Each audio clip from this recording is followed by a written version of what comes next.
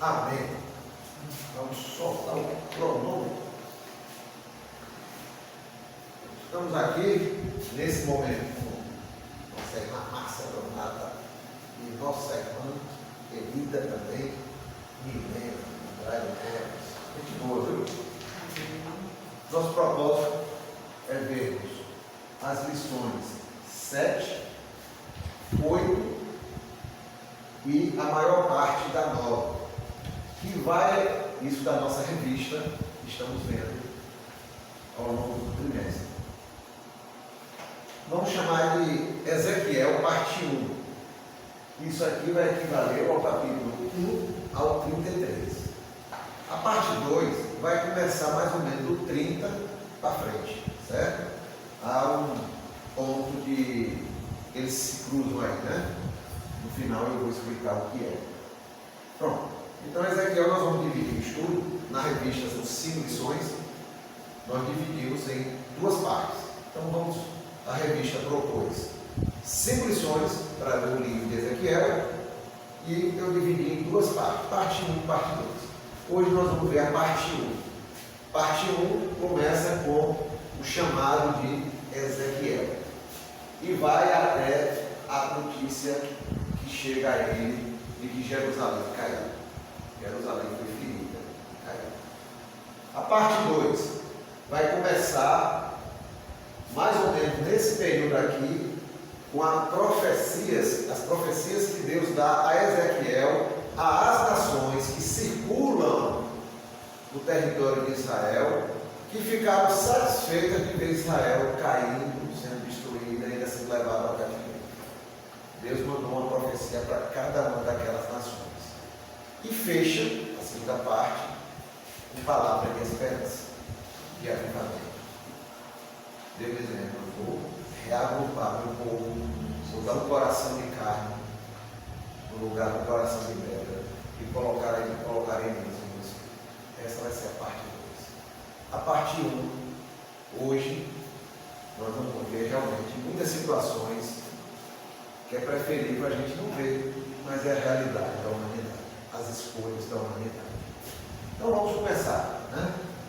Primeiro entendendo o princípio pelo qual estamos estudando. Estudamos Jeremias, Lamentações de Jeremias, estamos estudando Ezequiel e estaremos estudando também Daniel, né? Não se estuda a história de ontem com a cultura de hoje, mas se estuda o momento de hoje pela história de ontem. Esse é o princípio de estudo da história. Como chegamos aqui?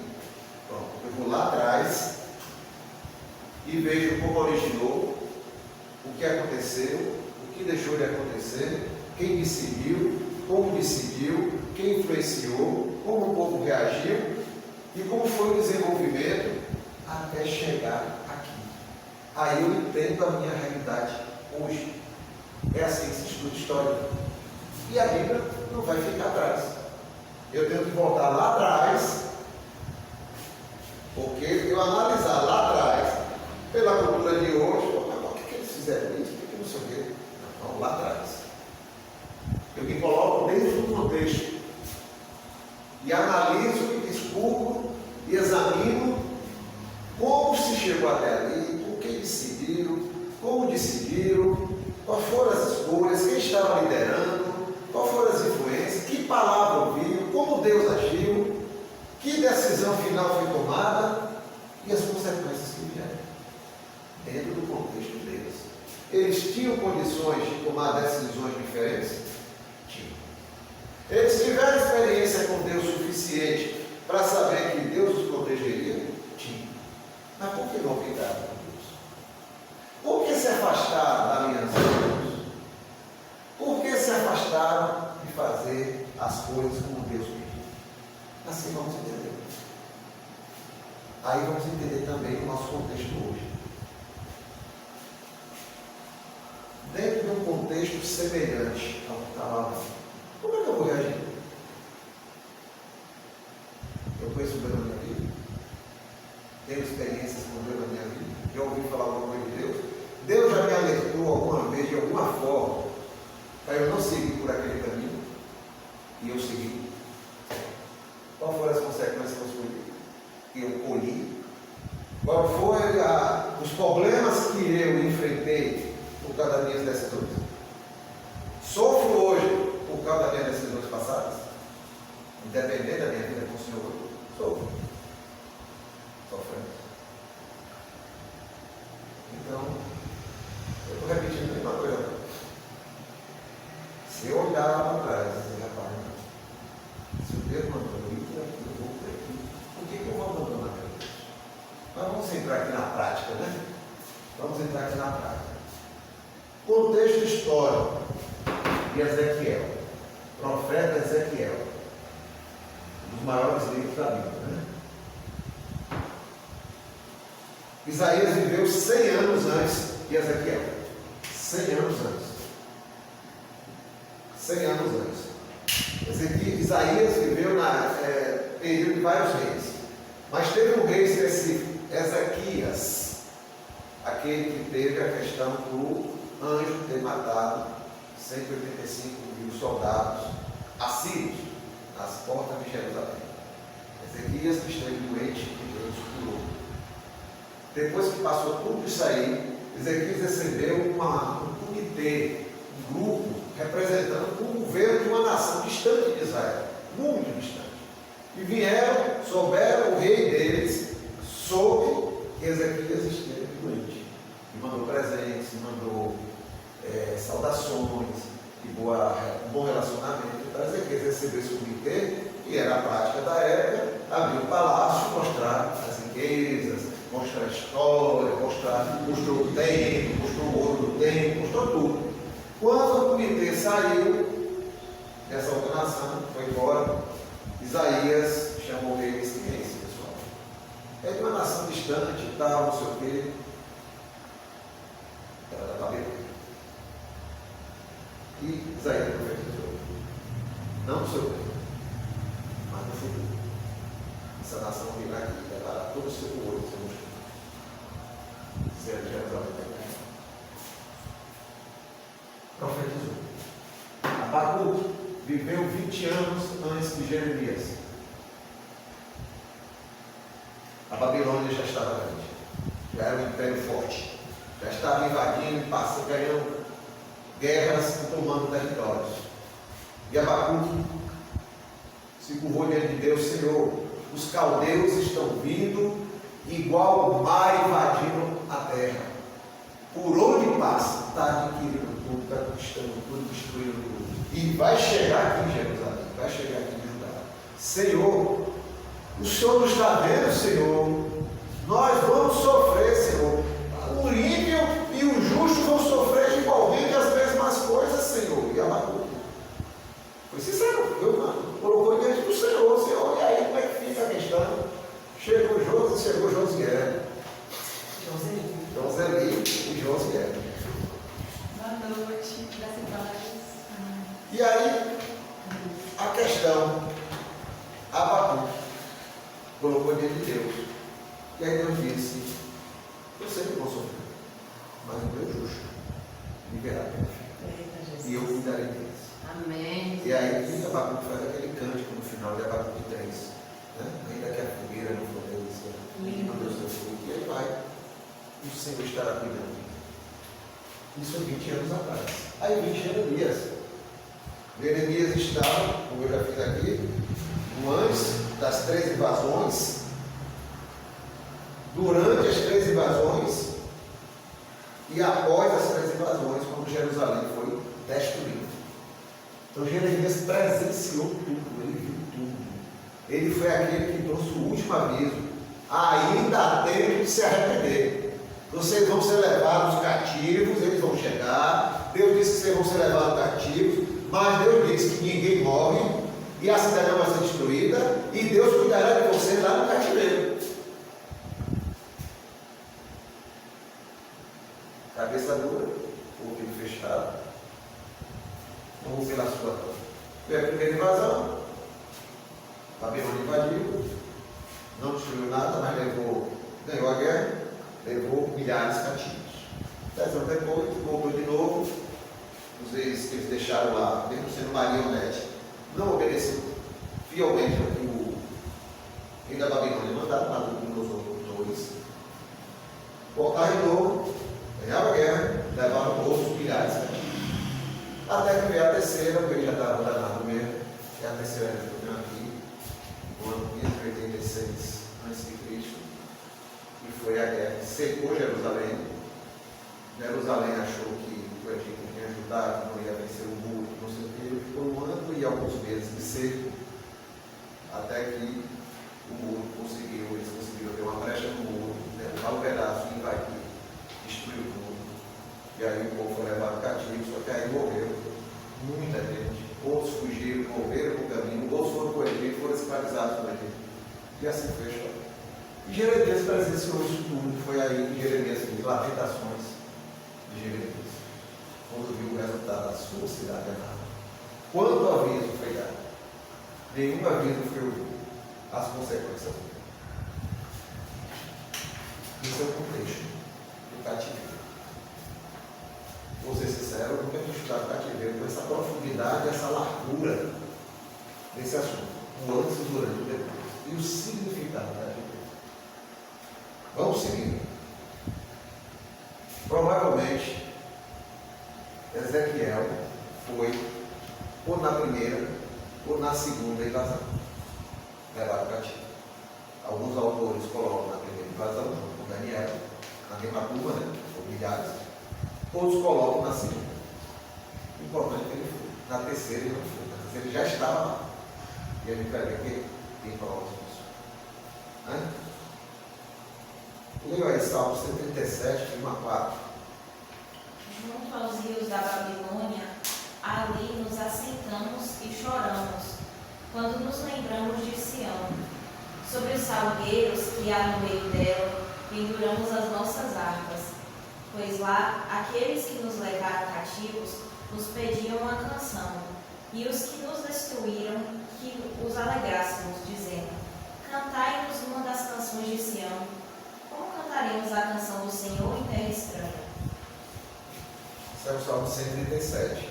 Provavelmente foi composto por alguém que estava no ambiente do exílio. E o que é que transmite aí?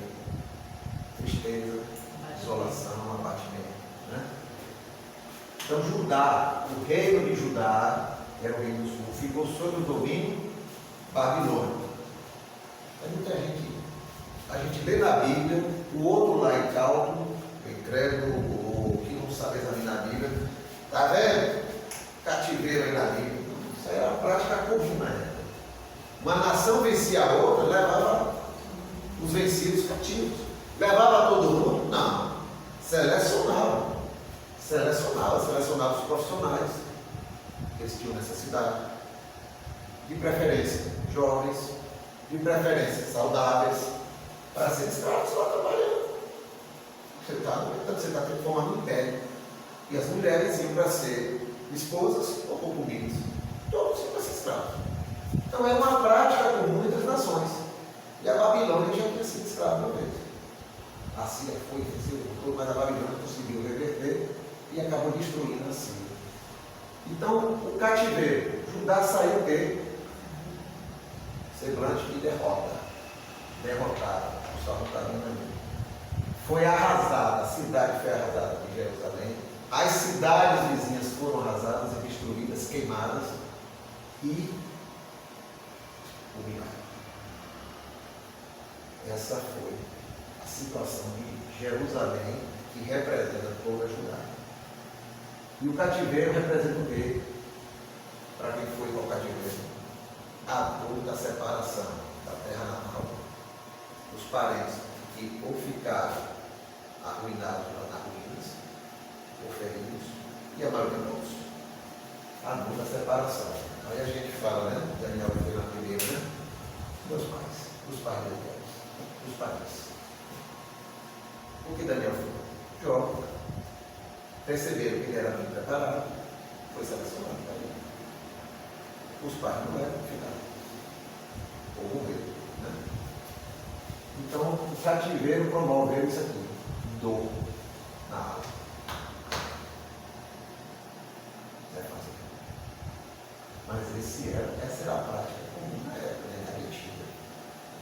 com as guerras de hoje. Não tem nada a ver com as guerras de hoje. Hoje a maioria das guerras é guerra econômica. Uma economia torna cativa a outra. Quando vai para a troca de bala, no início, já é o extremo, porque é o território também. Mas hoje só você cativando a economia do outro país, você já está dominando. E o cativeiro babilônico, no caso, essa prática comum de levar outro povo vencido ao cativeiro, significava também, naquela época, que o Deus da minha nação venceu o Deus dessa nação. Então o Deus babilônico venceu o Deus de Israel. E você que confiava no Deus de Israel? Dentro dessa visão global, em que o Deus daquela nação veio e derrotou meu Deus. Ele foi levado para outro lugar. Ele tinha a visão que muita gente tinha, apesar de muitos ensinamentos, de que Deus estava restrito ao território que você mora, à sua nação. Então, quando houve o cativeiro, houve o abatimento, toda a separação e a sensação de que o meu Deus foi derrotado. E eu estou levando agora para o território do outro Deus, ou dos outros deuses. Então, tudo isso significou, esse consegue significar o cativeiro babilônico para os habitantes de Jerusalém e Judá. Vamos ver quem fez Ezequiel. Ezequiel 1:3. Aconteceu no 30º ano, no 4º mês, no 5º dia do mês, que, estando eu no meio dos cativos, junto ao rio Quebar, eu no meio dos cativos, junto ao rio Quebar, se abriram os céus e eu tive visões de Deus. No 5º dia do mês, no 5º ano do cativeiro, do rei Jeoiaquim, veio expressamente a palavra do Senhor a Ezequiel, filho de Buzi, o sacerdote, na terra dos caldeus, junto ao rio Quebar, e ali esteve sobre ele a mão do Senhor. Veja que Ezequiel está dizendo a data específica do calendário. Lá para ele, o calendário certinho. O dia, o mês, o ano. E Ezequiel está escrevendo isso. Então Ezequiel deixou bem definido, né? bem escrito, bem localizado na história. Né? Eu, no meio dos cativos,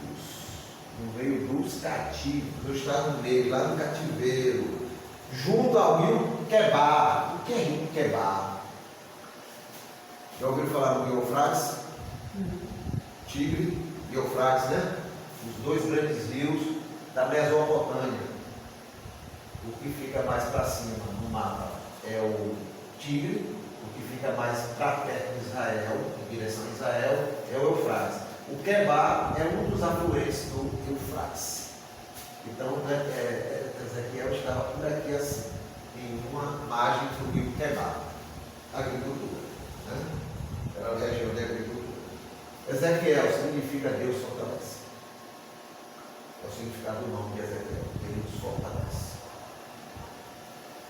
A gente vai ver a história de Ezequiel, Deus fortalecendo. Quando ele foi levado cativo, ele tinha mais ou menos 25 anos. Era casado.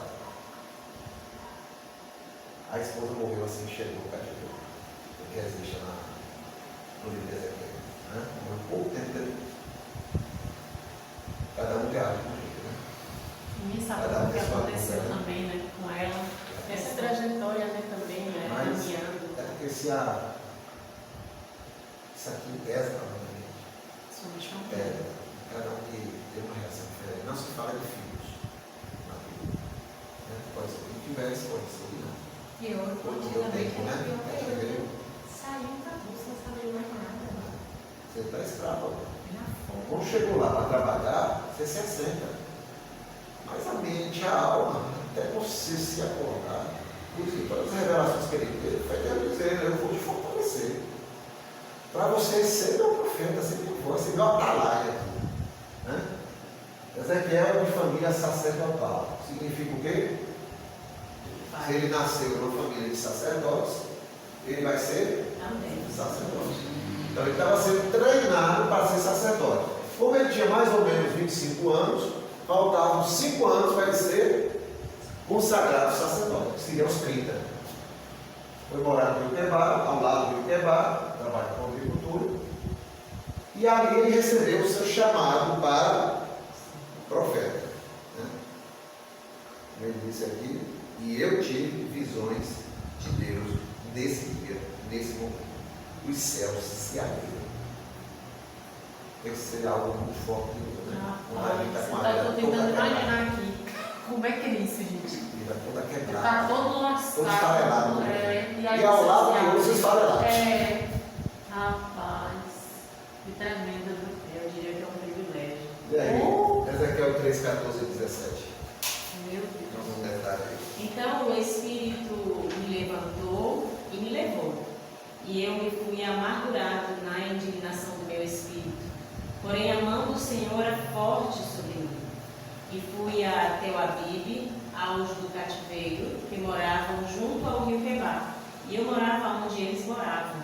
E fiquei ali 7 dias, pasmado no meio deles. E sucedeu que ao fim de 7 dias veio a palavra do Senhor sobre mim. Veio a palavra do Senhor a mim, dizendo: Filho do homem, eu te dei por atalaia sobre a casa de Israel. E tu, da minha boca, ouvirás a palavra e avisar-vos-ás da minha parte. Glória a Deus. Eles foram chamados para o ministério profético de Ezequiel. Veja os detalhes que ele coloca, né?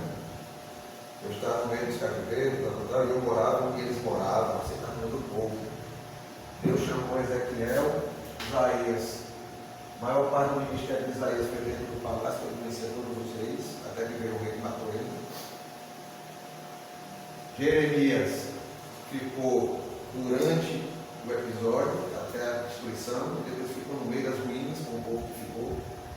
E Ezequiel foi no meio do povo do cativeiro, no meio do povo. Jeremias não chegou aí, não, mesmo. Não, ele teve a opção. O rei Nabucodonosor mandou isso sobre como ele foi tratado, ele avisou como o rei desobedeceu e deu essa honra para ele. Você vai escolher. Se você for, será bem tratado para lá comigo. Ele prefere ficar por chamado de terra para mim.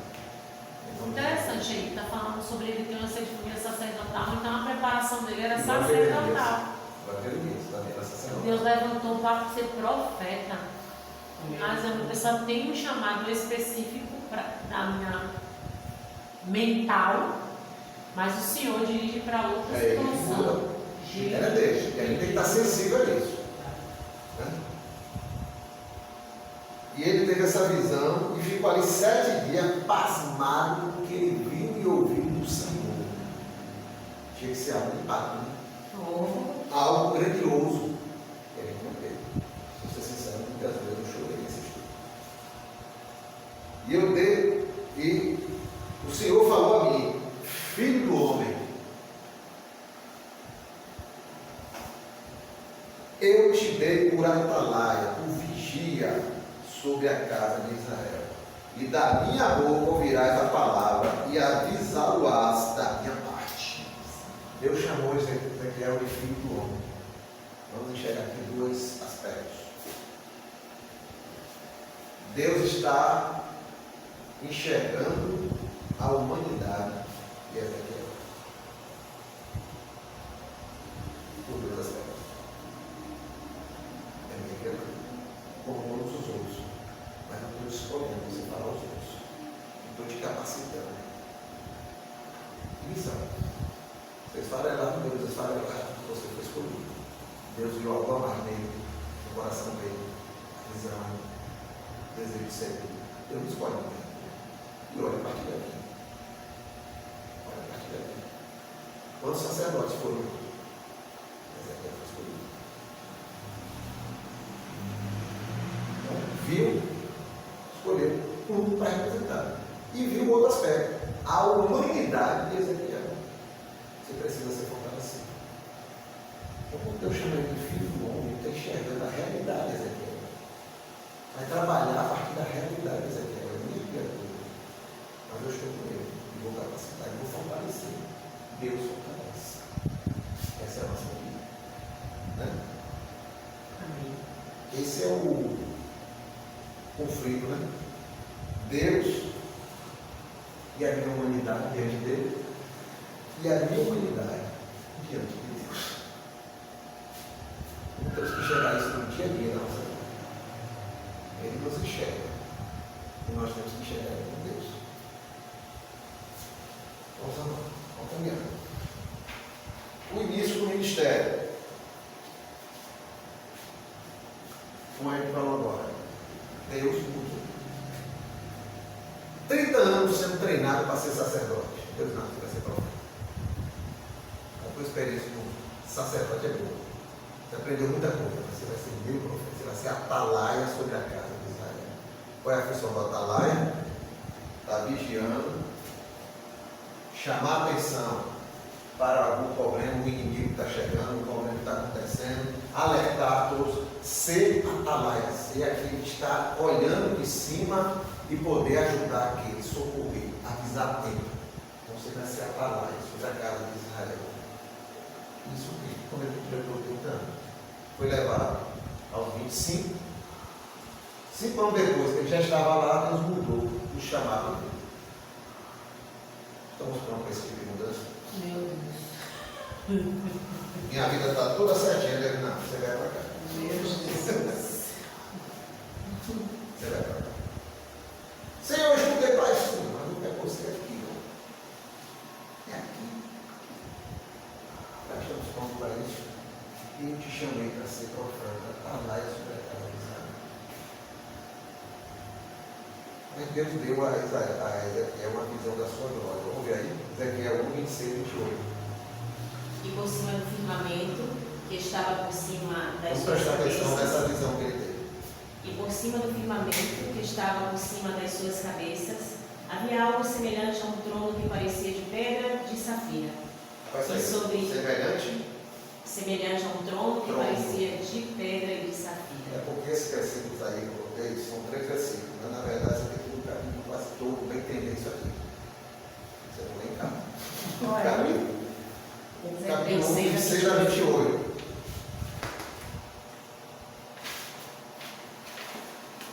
Quem chegou primeiro, leva. É o esquema da.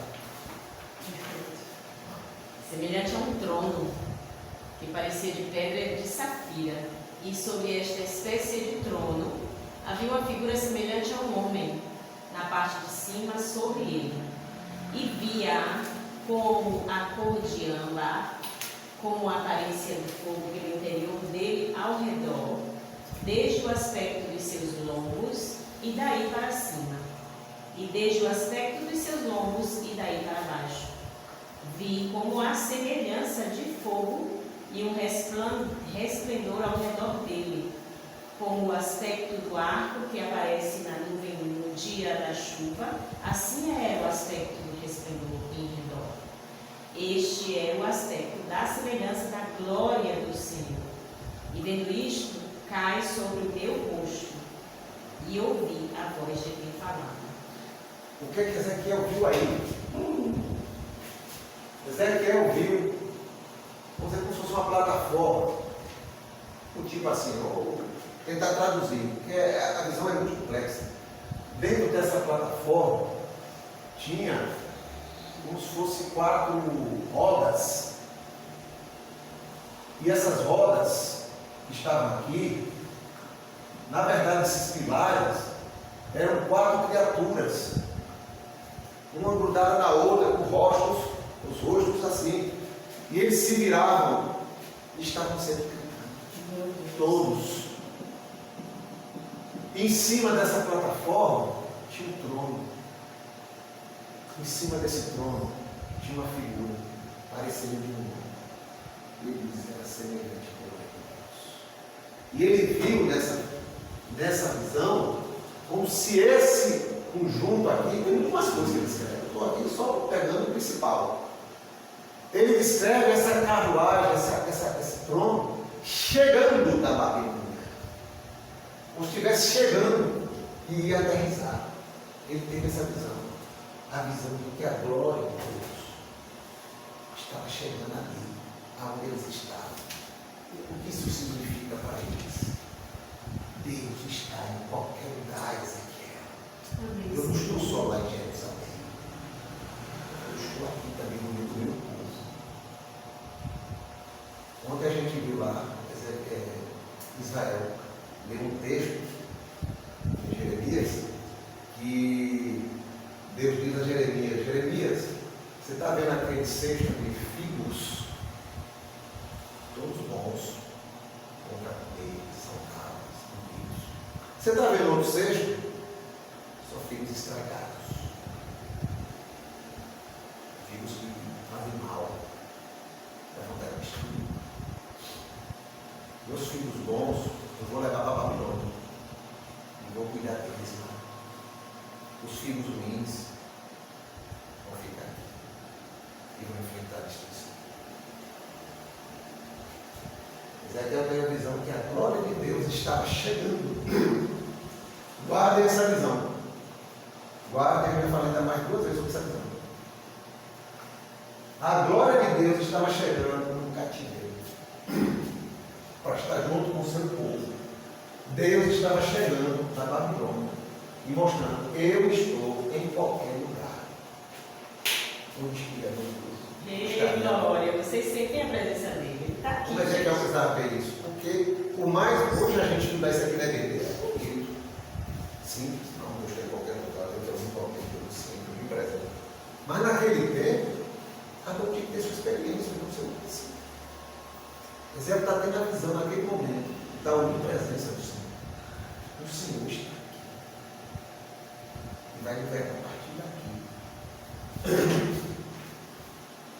E no meio de tudo isso, vamos ver agora Ezequiel 2, 3 a 5.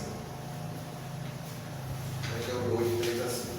E disse-me: Filho do homem, eu te envio aos filhos de Israel, as nações rebeldes que se rebelaram contra mim. Eles e seus pais transgrediram contra mim até este mesmo dia.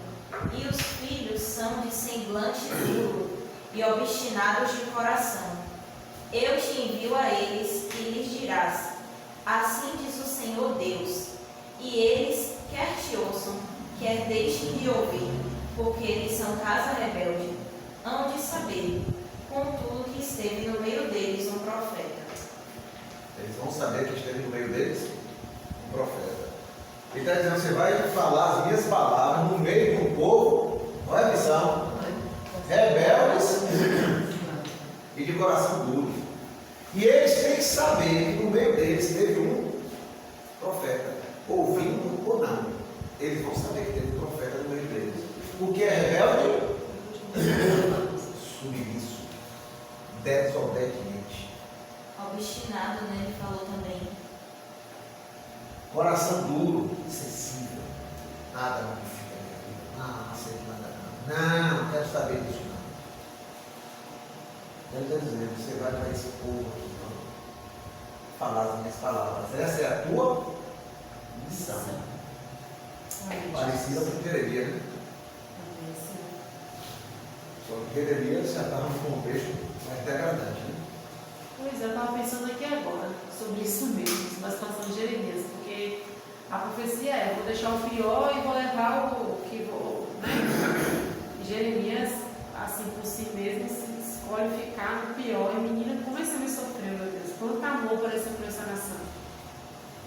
Você pega o ministério ao Senhor, você escolhe o ministério? Ou você deixa Deus escolher? Não é fácil falar que a gente do ministério tal. Meu Deus, misericórdia. Eu sou do ministério isso, eu sou do ministério aquilo. Então eu tenho que cuidar com nossas palavras. Gente, às vezes não quer fazer isso com a nossa própria vida, quanto mais algo que é o Senhor que vai escolher. Hoje está em moda, nas igrejas em geral, a palavra voluntária. O ministério ficou mais distante aqui. Começou com o ministério. Anos atrás, se falou de grupos, chamar de ministério. Hoje já se chama de voluntário. Para chamar de ministério, já foi ousadia. Ele desceu para voluntário. E na Bíblia original sempre foi servo e escravo. Mas escravo até do que servo. Voluntário não é servo. Voluntário não é servo.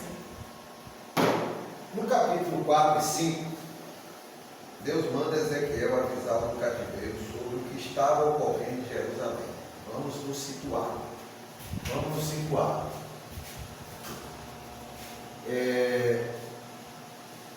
Ezequiel está numa cidade perto do rio Quebar, que é próximo à Babilônia, que pertence à Babilônia. Israel, Judá para cá, ó. Qual a distância? Mais de 1000 quilômetros. Quem já foi ao Rio de Janeiro? Mais ou menos isso, né? Uns 1000 quilômetros? Daqui foram andando, claro. Bom, hoje você tem smartphone, você tem internet, você tem um bocado de coisa para saber a notícia. Naquele tempo tinha o quê? Para saber a notícia. Eu estou um cara de cativeiro. Jerusalém, quando eu saí, tinha tido como pegar aquele entendido na primeira invasão. Ele está sabendo que já houve uma segunda invasão. Mas depois disso, aconteceu o quê? Como é que está o povo? Como é que está a cidade? Como é que está isso? Como é que está aquilo? Parentes ficaram lá, porque não tinha tido a guerra destruída. Mas depois houve, que a Babilônia vai estar lá com o rei desobedecendo. O rei que eles deixaram lá, marionete, está desobedecendo e planejando se aliar a outros para enfrentar a Babilônia, um grande império. E agora? Como é que a gente tem notícia do que está acontecendo, do que vai acontecer? Meu Deus, como é que eu vou saber? Deus trouxe a notícia através de Ezequiel. Capítulo 4 e 5 é o noticiário profético. Menino, fiquei pasmado. Deus mostrando Ezequiel, para Ezequiel mostrar no cativeiro o que está acontecendo em Jerusalém naquele momento. Gente, que lindo, meu Deus. Eu fiquei pasmado. Meu Deus. Foi a internet da época, foi Ezequiel. O canal de internet, o YouTube da época. Vamos lá. Nós não vamos depois você ler o capítulo 4 e 5. Está aí nesse esquema, entendeu? Está aí. O que é que tem no capítulo 4 e 5? Aqui vamos só acelerar, né? Porque não dá para ler dois capítulos. Tem capítulo que é 9. Deus mandou Ezequiel pegar um tijolo, só lembrando, naquela época, na Idade Antiga. Como é que eu vou entender isso hoje? Porque lá no contexto, qual é o contexto da época? A escrita, a Babilônia, os caldeus, usavam pedra de cerâmica, tijolo, usavam as coisas para escrever. Era o papel da época. Aí Deus disse: Ezequiel, pega um tijolo, peça um tijolo grandinho, faz o desenho de Jerusalém, bota um muro, bote na terra e coloque estacazinhas para mostrar que Jerusalém está cercada nesse momento. E leva aos líderes, aos anciãos. Chama os anciãos. Assim ele fez. Desenhou Jerusalém do jeito que ele pôde, no tijolo, fez o muro e botou as estacas. Eu botei até no grupo uma imagem que deve ser semelhante ao que ele fez. E chamou o povo de Deus, está dizendo que a cidade está assim. Cercado. Durou 1 ano e 3 meses. 1 ano e 3 meses, 1 ano e 2 meses. Filho do homem, pega aí ele escreve na palavra aí, uma placa de ferro, não sei o quê. Hoje, traduzindo, seria uma grelha de churrasco. Pega essa grelha, bote em cima do tijolo. Para que serve a grelha? Para assar. Naquele tempo, passar pão. Assim está Jerusalém nesse momento. Aí já foi depois. Pegando fogo. A situação está assim, né? Mostra as medidas. Assim está aquele significado. Fogo da rebelião. Filho do homem, coloca o tijolo, fica olhando do lado, depois chama os líderes de Israel, olha o tijolo, se afaste e diga a eles: assim é o Senhor, você está no meu papel, você é como se fosse eu, Deus. Eu me afastei deles, para que os babilônios possam ter acesso. Tirei a proteção. Deus, misericórdia. Você está me representando, filho. E mostra a eles que eu me afastei do tijolo, me afastei de Jerusalém. Está tudo lá no capítulo. Estou dizendo: Jerusalém nesse momento está sem minha proteção. Assim eles escolheram. Os deuses que eles escolheram, eles protegem. Filho do homem, você vai ficar deitado e amarrado por 390 dias do lado esquerdo e 40 dias deitado e amarrado por 40 dias do lado direito. Assim você mostrará aos Israel, aos filhos de Israel. Assim estava o povo dentro de Jerusalém, sem poder fazer nada. É lógico que não ficava o dia inteiro, mas aqui é os momentos que ele ficou. Primeiro 390 dias de um lado, 40 dias do outro, 430 dias, dá mais de um ano. Imagina, Um ano e pouco. Para mostrar, nesse momento está sendo o povo dentro dos muros de Jerusalém, amarrado. Não vai fazer nada, está preso. Isso de estar amarrado de um lado e do outro é o quê? Ninguém saía, ninguém. Não, aí tem coisas que. A gente não só pode, é. a gente não pode. O que ele quis dizer, você vai mostrar o povo assim. Sim. Talvez lá no contexto, algum significado a mais teve. Mas era para mostrar o povo está amarrado. Ninguém entra, ninguém sai do muro e dentro não pode fazer nada. Ninguém constrói, ninguém planta, ninguém colhe, ninguém trabalha. É só terror, a grega pegando fogo. Lá do lado de fora está um exército do Império Babilônico, o maior da época. A qualquer momento pode entrar, destruir tudo, morrer todo mundo. Não entrava comida. Só medo, só pavor. Pegando fogo dentro. Filho do homem, você durante esse tempo, você só vai comer e beber porções racionadas. Aí tem lá a medida. É como se fosse talvez a metade de um pão francês e um pouquinho, um copo d'água. Todo dia. Você só vai comer isso para mostrar aos líderes daqui, os anciãos, como está se alimentando o povo lá em Jerusalém. Gente, profeta é profeta, né? Ele faz exatamente. Não, e aí tem um negócio aqui mesmo.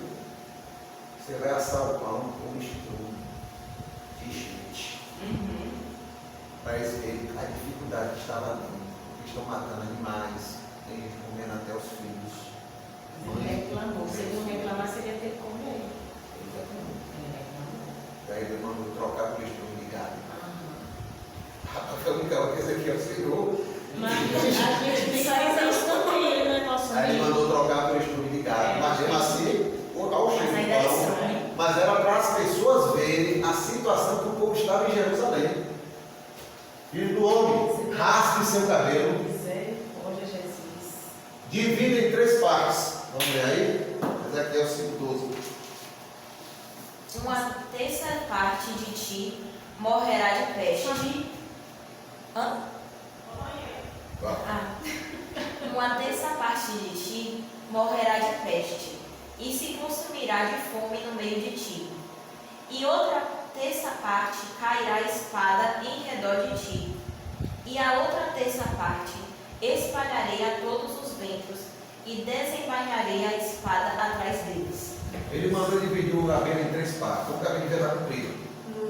Ele sabe, uma parte você vai queimar no fogo diante deles. Outra terça parte você vai despedaçar. E outra terça parte você vai jogar o vento. Assim será os que ficaram ao lado. Uma parte morrerá. Outra será consumida no meio. E se consumir, morrerá de peste e fome lá dentro dos muros. Outra parte cairá a espada. Foram fatiados. E outra parte espalharei por todos os cantos da terra, mas a espada correrá atrás deles. Avisa eles. Ai, daquele que fica na mão de Deus. Né? Esse é o juízo que eu estou dando sobre eles. Meu Deus. Eles escolheram. E não é para ninguém, não, é para o povo dele mesmo. Não é para... É pro povo de fora, não, é com nós. A gente vai comentar isso aí. Está na feira, vamos comentar sobre isso que você falou. É sobre ele que está falando, né? Às vezes a gente fica naquela, Deus é meu pai, mas na hora, tem hora que o pai tira o cinto também. O que esperamos? Ai, Jesus. O que esperamos acontecer com nossas vidas quando nos afastamos de Deus? Temos que examinar isso nas nossas vidas. Ai, eu não Olha o que aconteceu, cara. Olha o que pode acontecer comigo, apenas um contexto diferente. Exatamente. Mas vai acontecer a mesma coisa. Nós Sofrer as somos mais consequências das escolhas. especiais, Eu né? também vou sofrer. Nós somos Exatamente. mais especiais que ninguém. Exatamente. Ezequiel 8:6. eu acho que é 8:26, né? Isso. E disse-me: Filho do homem, vês tu o que eles estão fazendo? As grandes abominações que a casa de Israel faz aqui, para que me afaste do meu santuário, mas ainda tornarás a ver maiores abominações. Vês tu o que eles estão fazendo? Então Deus levou Ezequiel a ter uma visão. Vamos dizer que aqui é um templo. Mandou Ezequiel olhar. É como se Ezequiel visse o templo de Jerusalém. Vê o que eles estão fazendo, filho do homem. Vê o que eles estão fazendo, que é a abominação. Né? E aí Deus mostrou a Ezequiel uma série de coisas. Né? Mas antes de entrar nos detalhes, o que é templo para Deus aqui nesse contexto? É um lugar de adoração. Ali. É um lugar que para o povo era onde Deus estava presente. Qual é a visão que temos hoje? Onde é o templo? É onde nós adoramos. É onde está presente nas nossas vidas. Mas naquele tempo era o templo. O templo simbolizava a presença do Senhor no nosso meio, no meio do povo. E era um lugar onde eu ia adorá-lo. Venha ver o que eles estão fazendo no templo. Aonde eles dizem que me adoram e que eu estou presente com eles. Veja isso. Abominações. O que é abominações? Coisas repugnantes e detestáveis para quem? Para Deus. Deus não suporta. Né? Deus não suporta. O que ele viu lá? Abominações dentro do templo. O povo fazendo coisas repugnantes e detestáveis a Deus dentro de onde ele dizia que era lugar de adoração e que era ali que o Senhor morava. Mas o contexto que você falou agora sobre o nosso tempo, né? Sobre o coração, né? A gente, né, que é tempo do Espírito. Meu Deus, isso é muito forte, irmão. Isso é muito forte. Deus tudo vê, Deus tudo sabe. Deus tudo examina. Meu Jesus. Quais são as abominações? Ele escreve lá nos capítulos, né?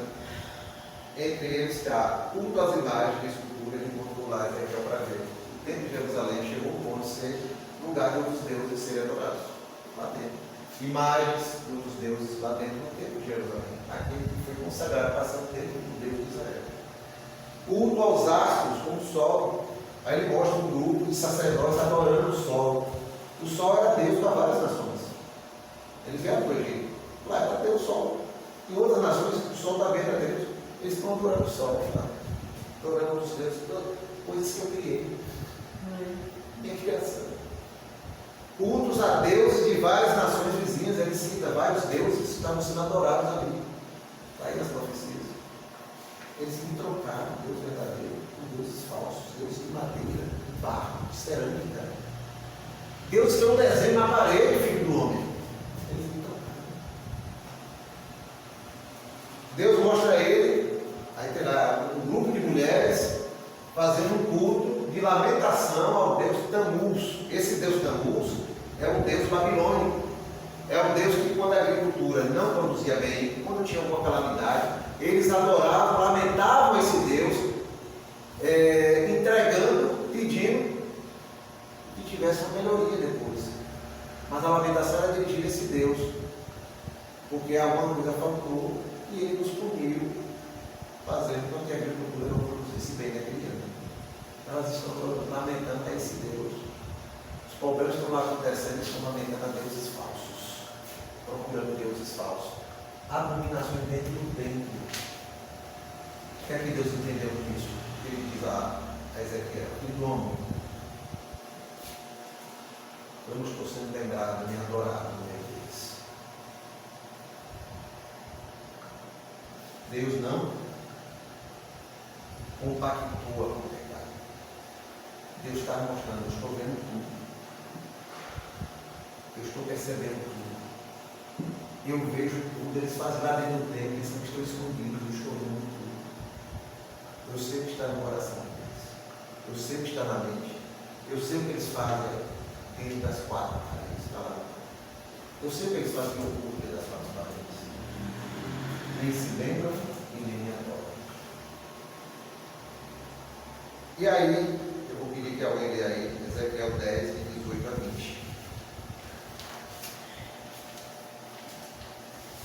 Isso, né? Um dos textos que me abalou. Ah, já está vendo, já? Tá. Então saiu a glória do Senhor de sobre a entrada da casa e parou sobre os querubins. E os querubins alcançaram suas asas e se elevaram da terra aos seus olhos. Todos saíam e as olhos os acompanhavam, e cada um parou à entrada da porta oriental da casa do Senhor. E a glória do Senhor de Israel estava em cima sobre eles. Estes são os seres viventes que vi debaixo do Deus de Israel, junto ao rio Quedar, e conheci que eram querubins. 2 significados. Estão lembrados dessa visão? Sim. A glória do Senhor descendo em Babilônia. Aqui é a mesma visão. A glória do Senhor saindo de Jerusalém. Oh, Senhor. Mas ele não percebeu que aquela visão que ele teve. Não, tá chorando, tô falando sério, velho. Da glória de Deus chegando na Babilônia para estar no meio do seu povo. Aí Ezequiel agora fechou o entendimento. A glória do Senhor saindo de Jerusalém para vir para aqui. Sempre lá. O que Ezequiel entendeu? Deus entregou Jerusalém à sua própria sorte. As suas próprias concupiscências. E foi para a Babilônia encontrar o remanescente do seu povo. É duro. A visão que Ezequiel teve foi essa. Meu Deus do céu. Fechando o raciocínio. Deus saindo de Jerusalém. Isso acontece hoje, Adermano.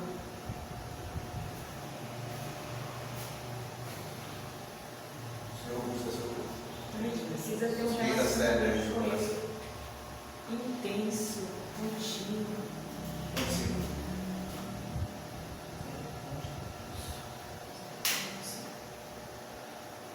Aqui a gente não vai ler os versículos, mas estão aí nos esquemas, está no quadro, e eu vou botar também no grupo esse esquema em PDF.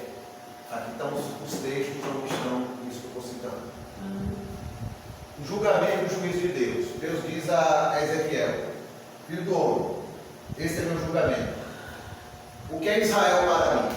O que é um julgamento? Como eu vejo, como eu analiso, como eu faço o diagnóstico, como eu faço o relatório, qual é meu parecer? Israel é como uma madeira queimada e inútil para mim.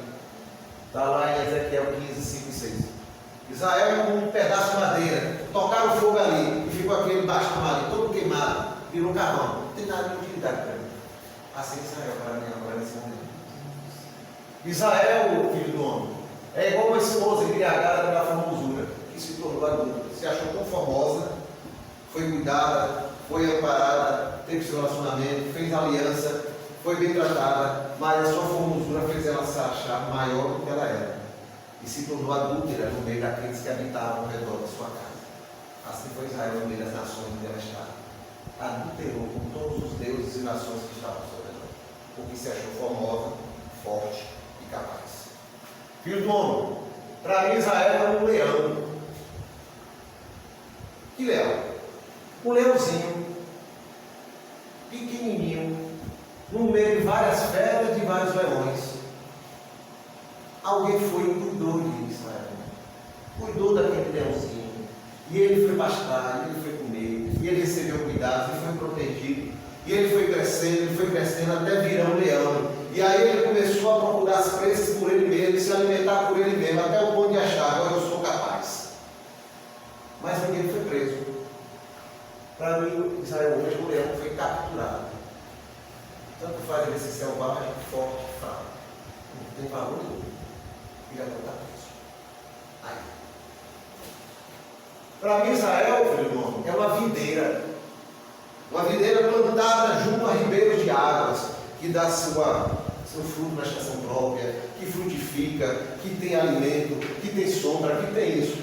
Só que um dia ela foi arrancada do beira daquele rio e levado para uma terra deserta, seca e sedenta. E não vai produzir mais fruto. Para mim, Israel é isso aqui.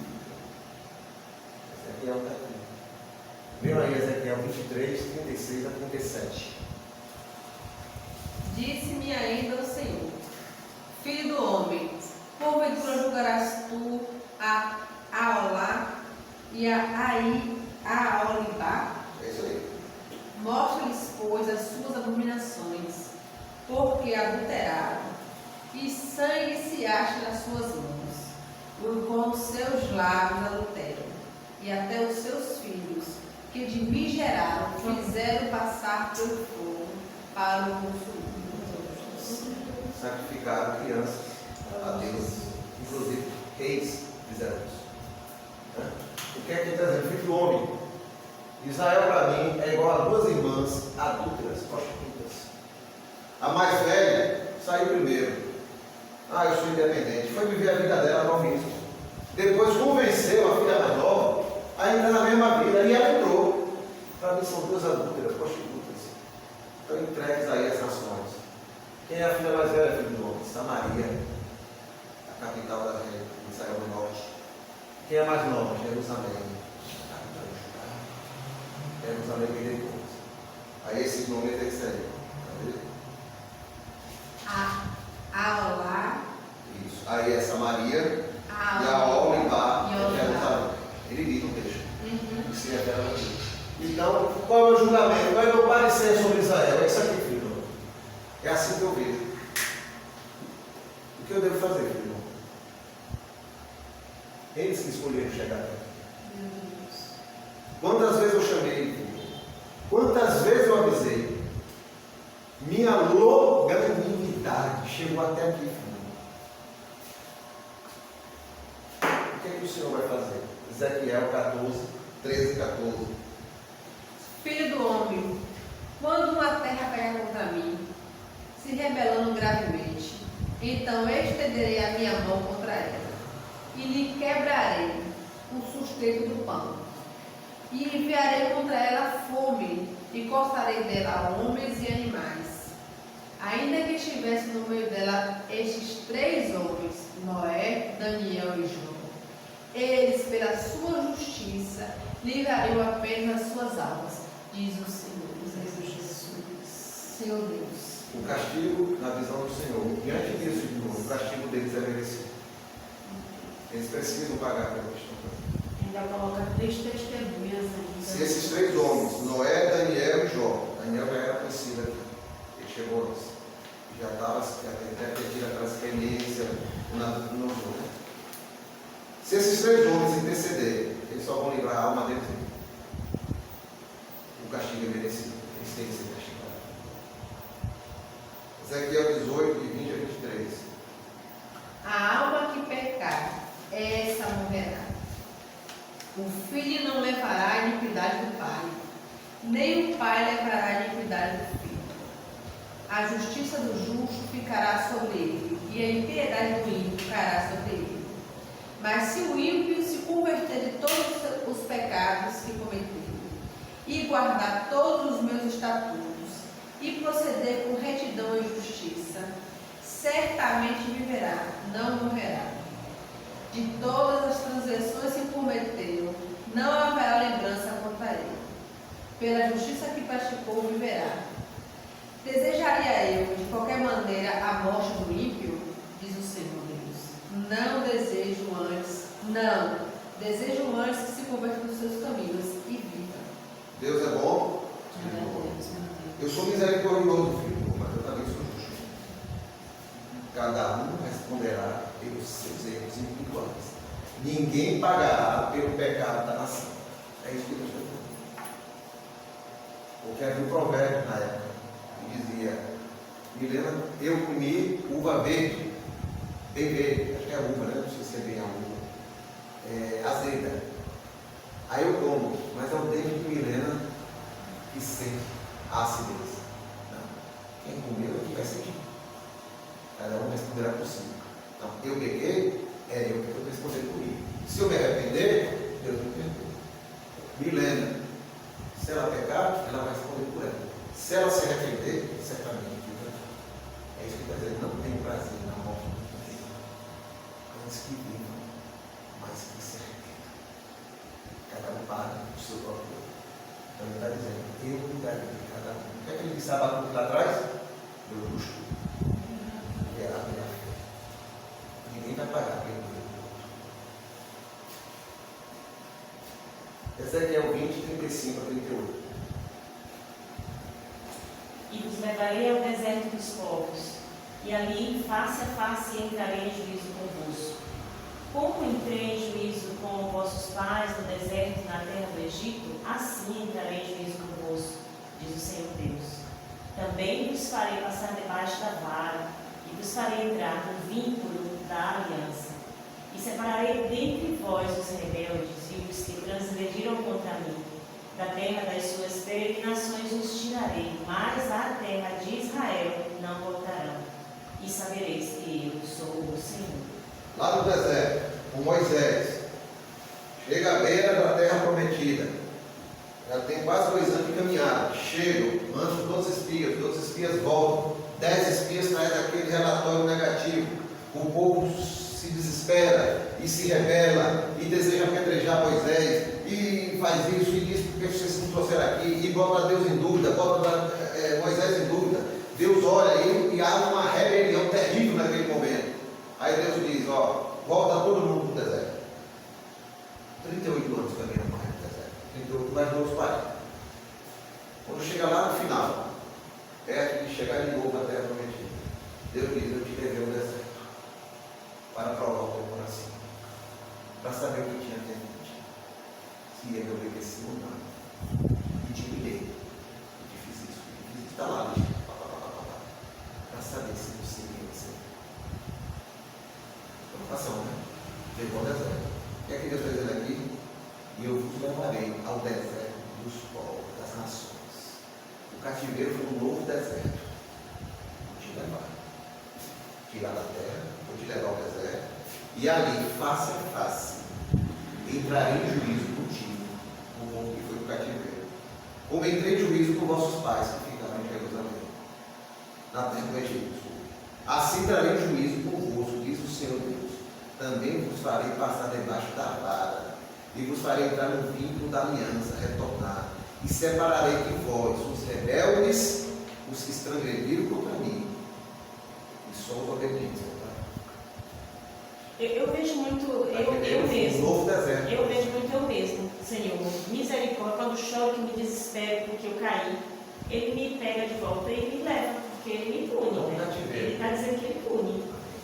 Eu achei interessante porque ele disse que vai botar eles de novo debaixo da vara para trazer eles para a aliança. É isso, gente. Eles saíram da aliança, então o deserto foi sair na vara para voltar para a aliança. O deserto foi para disciplinar, para purificar e tirar os rebeldes. O cativeiro foi a mesma coisa. É por isso apenas que uma forma diferente. A gente precisa achar graça no deserto. Não, mas o deserto é graça. Exatamente, a gente tem costume de reclamar. É graça. A gente Ele precisa podia desprezar das costas e tudo. Ele podia fazer isso. Ele nos cura no deserto. Meu Deus, gente. E ainda não tem como a gente olhar para um cenário desse do Velho Testamento. E ainda tem gente falando assim, vamos estudar só o Novo Testamento. Como se Deus mudou alguma coisa. Gente, Deus é o mesmo Deus. Jesus, tudo que está se falando aí, você vê Jesus. Tudo. É a nossa história. Todas as palavras, todas as profecias, a forma. Jesus só veio de uma forma mais atualizada das palavras que foram ditas no passado. Mas vivendo as mesmas coisas. Vivendo as mesmas Porque coisas. somos as mesmas pessoas que eram lá de cima. Jesus só veio com uma mesmo coração. a mesma inclinação. verbalização diferente. Só muda a forma, mas o conteúdo é o mesmo. É a mesma. E Ezequiel recebeu uma triste notícia depois de tudo isso aqui. Demais, né? Ezequiel 33, 21. E sucedeu que no ano do 10º do nosso cativeiro, no 10º mês, aos 5 do mês, veio a mim um que tinha escapado de Jerusalém, dizendo: a cidade caiu.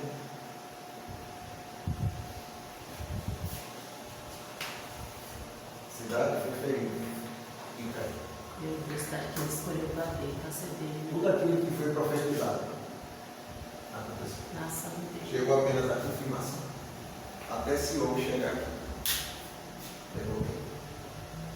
Ferido, humilhado. Só sabia que o resto do povo estava em Babilônia. Mais de 1.000 quilômetros. Vai dizer que Jerusalém. Não existe mais Jerusalém. Aí foi a única que eu preferi, veio a profecia, no caso aí foi informação direta mesmo, né? Foi a confirmação do que ele recebeu da parte do Era a forma mais rápida de se ter uma notícia, a mensagem, né? A mensagem de todos os trabalhar com essa Deus. Conclusões. O cativeiro babilônico foi um novo deserto que Deus levou o povo de Judá. Concordamos ou concordamos? Absolutamente. Assim como Jeremias, Ezequiel cumpriu o seu ministério profético. Foi fácil? Vamos só trazer a notícia comigo. O que esperamos acontecer quando nos afastamos de Deus? Mudou alguma coisa? Deus vê e tudo sabe sobre nossas atitudes e pensamentos em relação a Ele. Enfim, mostrar o que eles fazem escondido no tempo. Deus fala para ele, Deus busca os seus verdadeiros adoradores e rejeita os falsos. Deus é bom, é misericordioso, mas também é justiça. Ele não ganha, mas ninguém exerce sobre isso.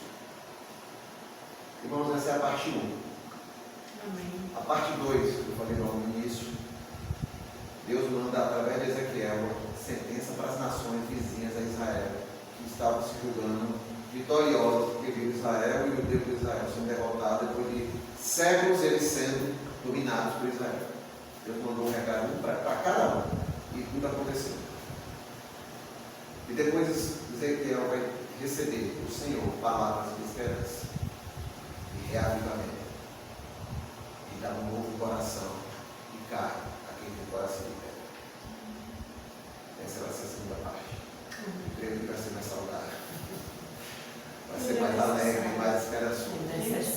Mas essa aqui é a nossa realidade. Se eu digo para você que essa foi uma das melhores aulas, justamente por isso, gente. Isso é sacudido, ó. Confesso que teve várias vezes que eu parei o show. Várias vezes que eu parei o show. Isso aí é para cada um de nós. Porque abatido, lembrando. Era fácil. Vamos orar? Tá? Encerrado. Eu pedi ajuda. Pai, diante do Senhor, como a sua palavra nos mostra, Pai, não tem nenhum só aqui que não seja sondado e visto lá mais profundo, Pai. E essa palavra nos confronta, Senhor, de tal maneira, Senhor, que não dá para mensurar. Não dá, sinceramente, não dá. Nós queremos te agradecer por essa noite, Senhor, por esse momento, Senhor, por esse estudo. Obrigada, Senhor, pela oportunidade de ter um líder que tanto ama a sua palavra, meu Pai, que tanto compartilha aquilo que o Senhor tem dado ao coração dele, Pai. Muito obrigada pela disposição, pelo amor e pela dedicação que o Senhor, Pai, tem encontrado no teu servo, Pai. Muito obrigada porque isso é um privilégio, Deus. Muito obrigada por viver esse tempo. Obrigada por cada um aqui, por cada um que vai assistir também essa aula. Que o Senhor esteja abrindo a mente, coração e entendimento, Senhor, para aqueles que estão longe de correr para perto, para aqueles que estão em obediência, para se humilhar, pedir perdão mesmo, e para aqueles que estão fortalecidos entender, Pai, que o Senhor é um Deus de graça e também Deus de justiça, Senhor. Pai, no nome de Jesus, nos dá uma mensagem de noite para a tua presença, da tua graça, das tuas asas, ó Pai, no Senhor esconderijo, claro, precisamos dele, para que a gente possa absorver ainda mais o que foi falado, o que foi vivido aqui agora à noite. Muito obrigada por essa oportunidade, muito obrigada por cada vida, em nome do Senhor Jesus. Amém. Amém, Senhor.